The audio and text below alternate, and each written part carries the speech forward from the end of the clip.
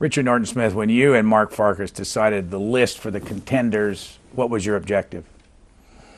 To give viewers an alternative school of American political history in particular. It's famously been observed that the winners write the history books, and there's a lot of truth to that. But that means that we are deprived of, it's like the dark side of the moon. There's another whole storyline, and even more on the biographical level. There are 14 people in this series, many of whom I guarantee viewers may never have heard of, and all of whom I can pretty much guarantee they will find interesting to fascinating and certainly surprising. Gene Baker, do you have somebody in mind that might have been the most important contender in history for the presidency? Well, I think that some modern biographers say that losing candidates in the last 20 years, people have even said George Wallace is the most important loser. I don't think that at all. I have to go back to the 19th century and pick up with Henry Clay. And he ran 3 times. And that's one of the things that interests me about these folks. They sure are recidivists.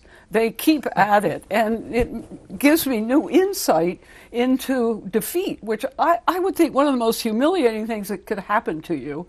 If you're Henry Clay, you've arrived at the Kentucky House of Assembly, and almost immediately everyone is saying you're a leader. You go to Washington, you're the Speaker of the House. What a humiliation. And yet he kept coming back.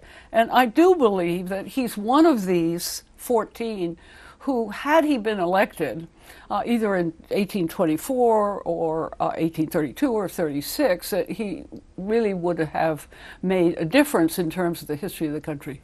As a journalist, Carl Cannon, which of these contenders would you like to have covered? Oh, William Jennings Bryan. Why? Well, Gene spoke about recidivists. Well, he's a lifer, right? Yeah, that is He's right. got to go to San Quentin. He and Harold Stassen. Well, yeah, but he, you know, there are echoes of him even today. I was at a rally, not a rally, a Republican event, the Republican establishment actually in New Orleans, and all of a sudden this chant breaks out, "End the Fed, end the Fed." Well, that's Ron Paul's people. They're in the House. Yeah. And, well, that's the Cross of Gold speech, you see, in the modern version.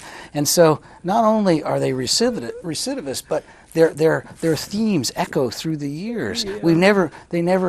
And finally, it's like they finally get their way, even if they lose. Well, and that's, you know, they redefine defeat. I mean, one of the things you find as you go through this list is over and over again there are people who lose an election and in the immediate sense may be written off as a loser, but who in fact in some cases turn out to be catalysts for political changes that will transform the country. If you think of Al Smith in 1928, lost overwhelmingly to Herbert Hoover, but paved the way for Franklin Roosevelt and the urban immigrant labor coalition that sustained the Democratic Party up to and through John F. Kennedy. Or even more, Barry Goldwater, who lost overwhelmingly in 1964 to Lyndon Johnson. People said conservatism was dead. And the fact is, Goldwater planted the seeds of a conservative movement that I would argue has yet to crest.